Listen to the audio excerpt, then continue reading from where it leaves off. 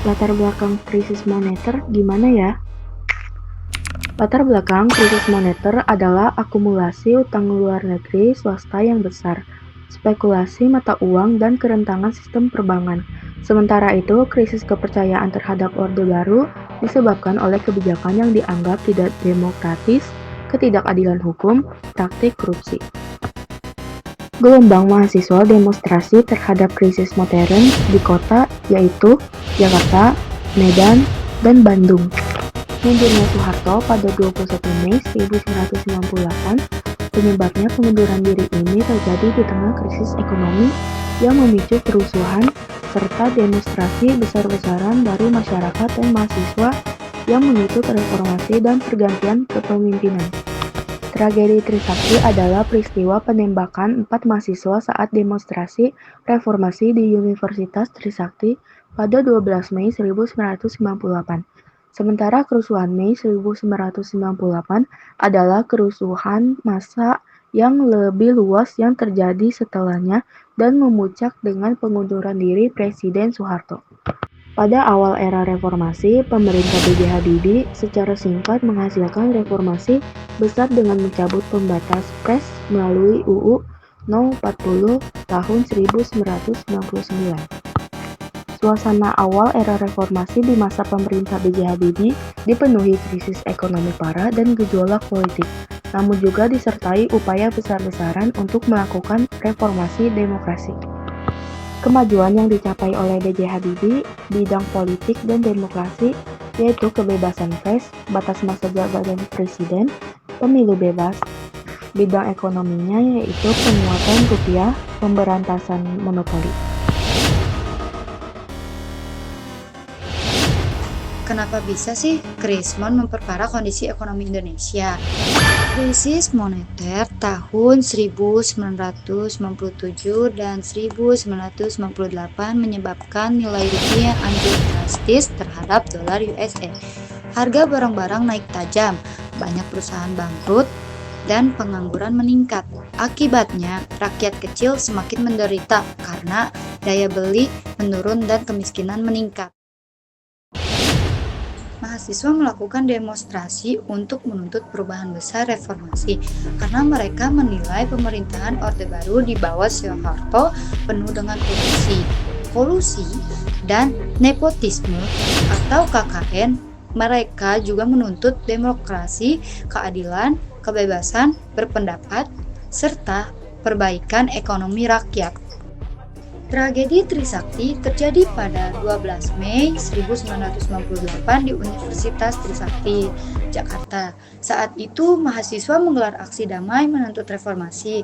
Namun, aparat keamanan menembaki massa, sehingga 4 mahasiswa tewas tertembak, yaitu Elang Mulyana Lesmana, Hafidin Royan, Heri Hertanto, Herdiawan Sei. Peristiwa ini memicu gelombang demonstrasi besar di seluruh Indonesia yang akhirnya membuat Presiden Soeharto mengundurkan diri pada 21 Mei 1998. Apa ya kesimpulan dari semua materi yang sudah dijelaskan? Oke, kesimpulannya adalah moneter dan krisis kepercayaan yang terjadi pada masa Orde Baru berakar dari masalah ekonomi struktural seperti utang negara yang masif dan sistem keuangan yang rapuh, diperparah oleh praktik KKN, kegagalan demokrasi, dan kesenjangan ekonomi yang lebar. Krisis moneter secara langsung memperburuk kondisi ekonomi masyarakat melalui anjlokkan nilai tukar rupiah, lonjakan harga barang, kebangkrutan perusahaan, dan meningkatnya pengangguran. Mahasiswa menjadi garda terdepan dalam respon situasi ini dengan berdemonstrasi menuntut reformasi total, yaitu penghapusan KKN, penegakan demokrasi, keadilan, kebebasan berpendapat, dan perbaikan ekonomi. Tragedi Trisakti pada 12 Mei 1998 di mana 4 mahasiswa ditembak saat aksi damai menjadi pemicu utama yang menguatkan gelombang demonstrasi besar-besaran. Peristiwa tragis ini pada akhirnya memaksa Presiden Soeharto untuk mengundurkan diri dan menandai berakhirnya era Orde Baru. Apa faktor utama yang menyebabkan lahirnya gerakan reformasi di Indonesia pada tahun 1998? Yang menjadi penyebab utama dari krisis moneter ini adalah karena faktor ekonomi yang membuat inflasi tinggi dan pemerintahan yang otoriter serta tragedi Trisakti. Bagaimana peran mahasiswa dalam mendorong perubahan politik pada masa reformasi? Peran mahasiswa dalam mendorong perubahan politik pada masa reformasi adalah sebagai agen perubahan dan penggerak utama dengan cara melakukan aksi demonstrasi untuk menekan pemerintah dan menyuarakan aspirasi publik. Apa dampak dari tragedi Trisakti terhadap percepatan jatuhnya rezim Orde Baru? Tragedi Trisakti mempercepat jatuhnya rezim Orde Baru dengan memicu gelombang demonstrasi besar dan kerusuhan massal yang meluas di berbagai kota, yang menguatkan tekanan publik dan politik terhadap Presiden Soeharto. Penembakan 4 mahasiswa ini menjadi katalisator yang mempercepat berakhirnya kekuasaan Soeharto pada 21 Mei 1998. Bagaimana respon pemerintah Orde Baru terhadap tuntutan reformasi sebelum lengsernya Soekarno? Pemerintahan Orde Baru pada awalnya tidak menanggapi tuntutan reformasi secara serius, bahkan cenderung menolaknya dengan alasan stabilitas dan pembangunan.